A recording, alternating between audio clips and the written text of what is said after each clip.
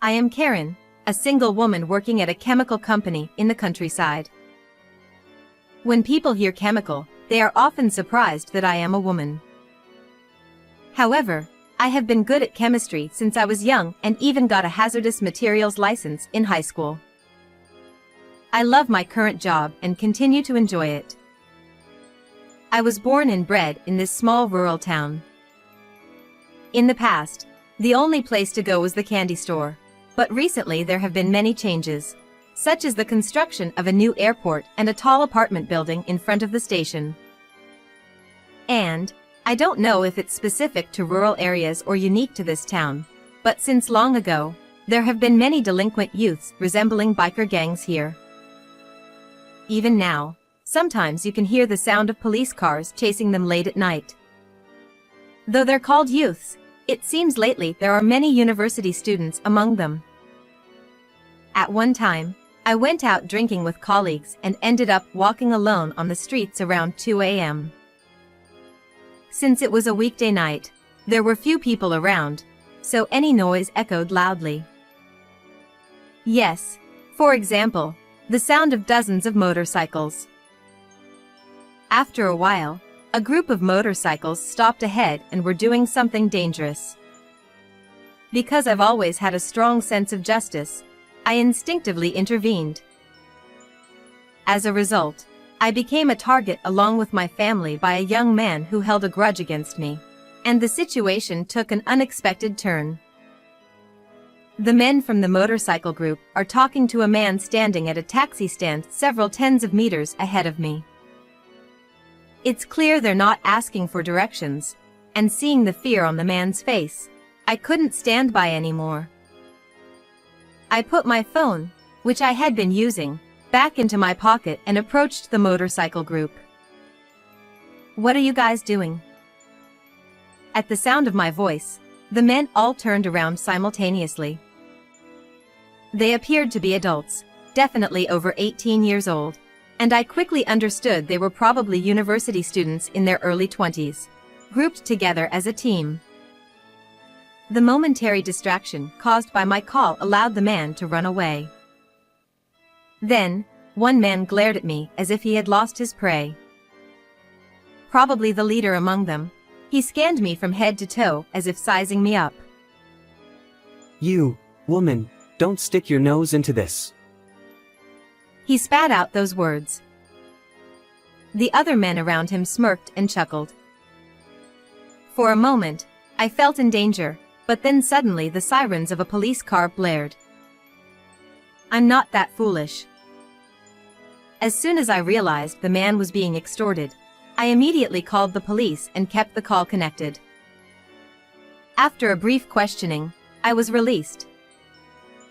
I probably should have waited for the police to arrive, but the man had his bag snatched and was being searched through, so I couldn't just leave him alone.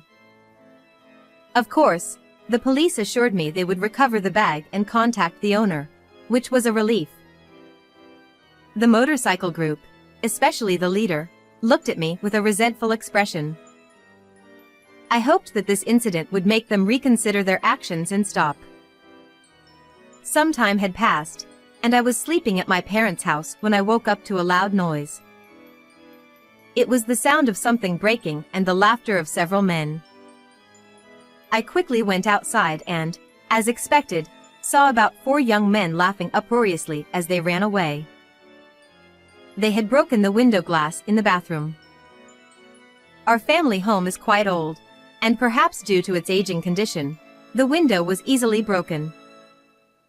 Fortunately, since it happened late at night, no one was injured, and my parents were sleeping safely in their bedroom away from the bathroom. I felt relieved, but at the same time, memories of that motorcycle group from earlier came to mind. Until now, we've never experienced such harassment, and my parents aren't the type to provoke anyone's grudge. So, it seems the perpetrators targeted me specifically. If they had targeted me personally, it would be a different story, but my parents have nothing to do with it. While feeling frustrated about this, I decided to call the police and have them come to inspect the scene. The next day, A contractor came and managed to repair the damage, but the repair costs were quite high, which made me sigh. And then, the following night, I had anticipated they might come back, but it happened sooner than expected. This time, instead of breaking into the house, they were trying to enter the fields behind my parents' house. I could see the fields directly from my room, so I spotted the men. Bastards! I muttered to myself and headed to the fields. On the way there, Oh crap. the startled voices of the men echoed. When I got to the field, I found one man lying on the ground twitching, while his mates looked bewildered and didn't know what to do. He's been electrocuted. Are you okay? Seeing him collapse, I became concerned and shouted loudly. Oh shit. The other men abandoned their electrocuted friend and fled in a panic. The man lying on the ground had fainted. His eyes rolled back. Clearly, this was the result of his attempt to trespass into the field. So, I had no choice but to wait for the police to arrive. When the police and ambulance arrived, the man was taken to the hospital for treatment. While being questioned late at night, we received a report from another officer who accompanied the man to the hospital, saying he had regained consciousness. According to the officer, the man harbored a grudge because I had called the police on him previously, resulting in him being taken into custody and suspended from university for 2 weeks. The man himself had a motorcycle license, but some of his companions did not, and others were driving under the influence of alcohol. Because of these issues, he was suspended and, during his suspension, he investigated me, and even followed me on my way home from work. He confessed that upon discovering my parents grow high-end fruits in their field, he broke the window glass and attempted to steal the fruits to teach me a lesson. I sighed in disbelief at the absurd reason but never expected to be followed on my way home from work. Our nearest station only has a few people getting off in the evening, and there's only one entrance. So, if he ambushed and watched people coming out, he could immediately find me. I couldn't believe he would go to such lengths out of spite after facing consequences for his own wrongdoing. However, a few days after the incident, the man showed up at my house with his parents in tow. I expected him to apologize for breaking the window glass and trespassing, but instead, he made a shocking demand.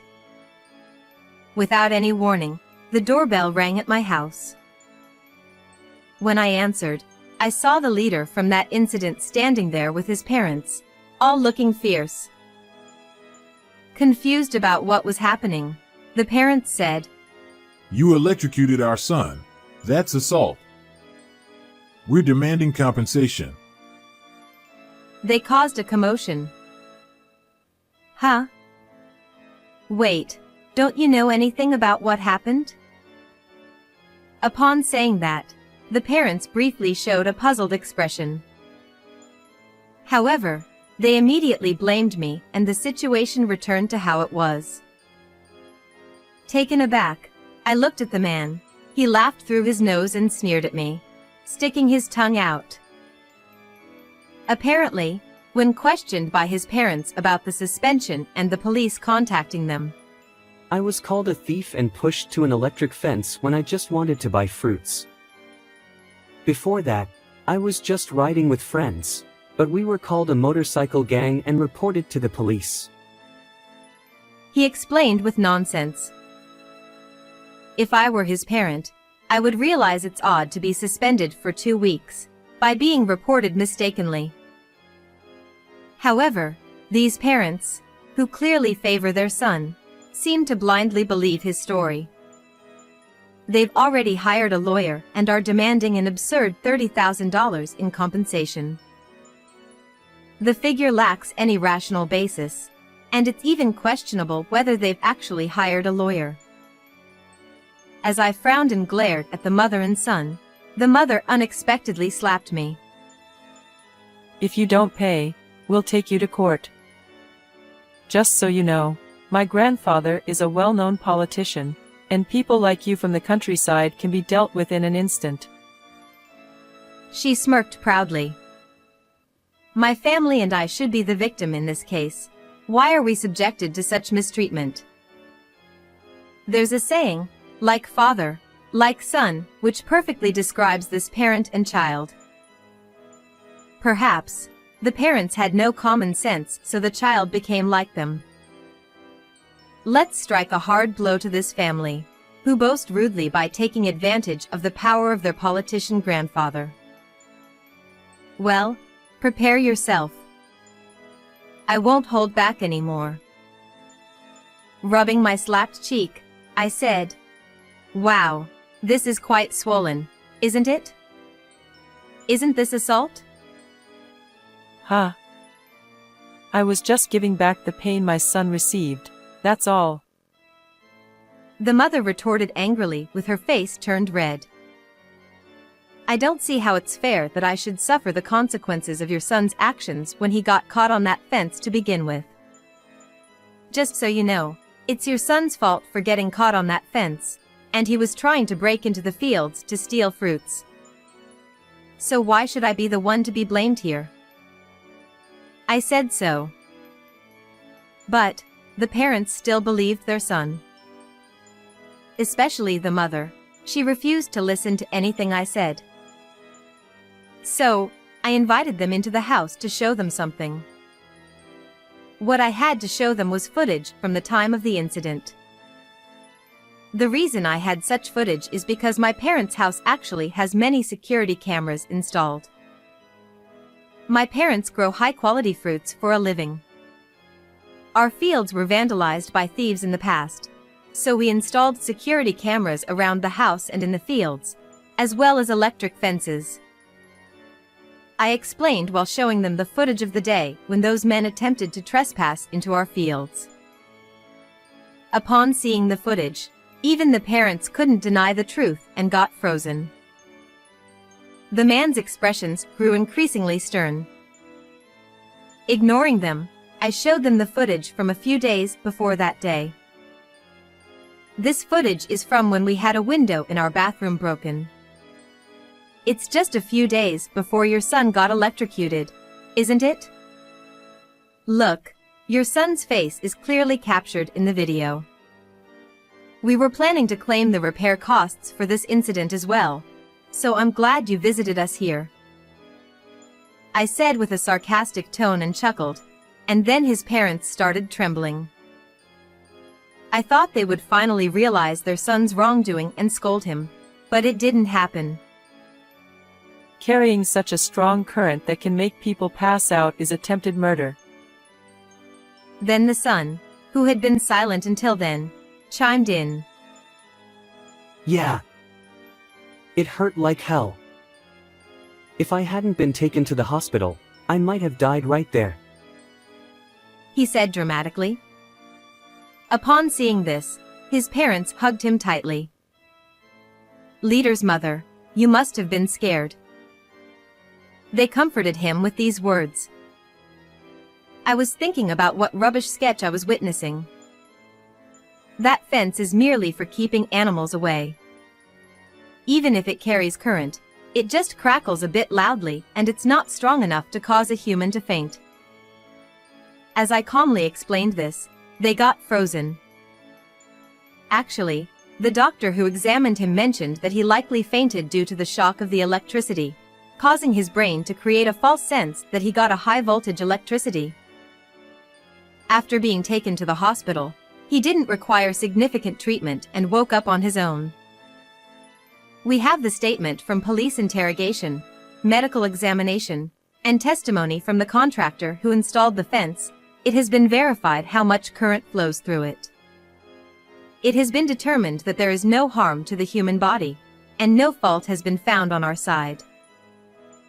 Upon hearing this, they fell silent, seemingly having no words left to respond. Still, the mother persisted. You're immature against a university student. It's worse to report just because they were riding bikes. She continued to make excuses and resist. Regarding the bike incident, I told them about the noise disturbance, the presence of unlicensed and drunk drivers among his friends. His delinquency is the fault of you, parents who encourage it, isn't it? Upon saying that, they fell completely silent, not uttering a single word thereafter. Afterwards, I told them I'd contacted them through a lawyer to demand compensation for breaking a window, and I let them go home. I thought everything was settled, but the man perhaps reached his breaking point and took drastic action. A few days after their visit, an incident occurred. On that day, I was taking a weekday off as a compensatory holiday and relaxing at home. Suddenly, there was a commotion outside. I heard my parents shouting in panic and a man's angry voice that sounded familiar. I headed to the field, having a bad feeling, only to see that man laughing uproariously while spreading some liquid in the field. The field was in chaos, and all the fruits that were about to be harvested were ruined. My parents, who were just about to start working, had found the man trespassing and destroying the field in broad daylight, and they were telling him to stop. Even from a distance, I was shocked by the devastating scene. I couldn't tell what liquid the man was spreading, and an unknown fear gripped me. If it was gasoline, it could lead to an unavoidable disaster, and there was even a risk of the fire spreading to nearby homes.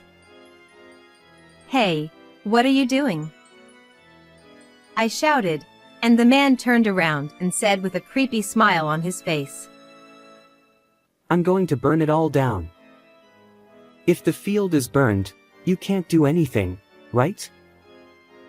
Then he pulled out a lighter. My parents let out cries that sounded almost like screams, but I noticed something when I smelled the liquid.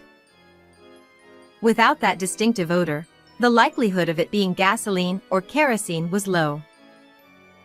I looked at the discarded can that likely contained the liquid.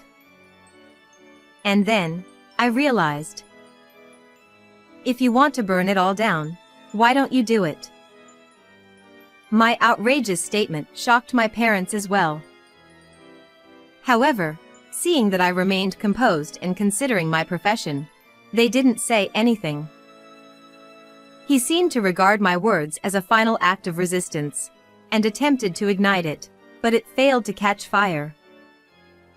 Unable to understand why it didn't work, the man looked bewildered. So, I, who works at a chemical company, explained it to him. "I bet that you bought the oil at the supermarket, right? Vegetable oil has a flash point around 250 degrees Celsius, so it's not that easy to ignite." Upon hearing this, the man looked even more puzzled.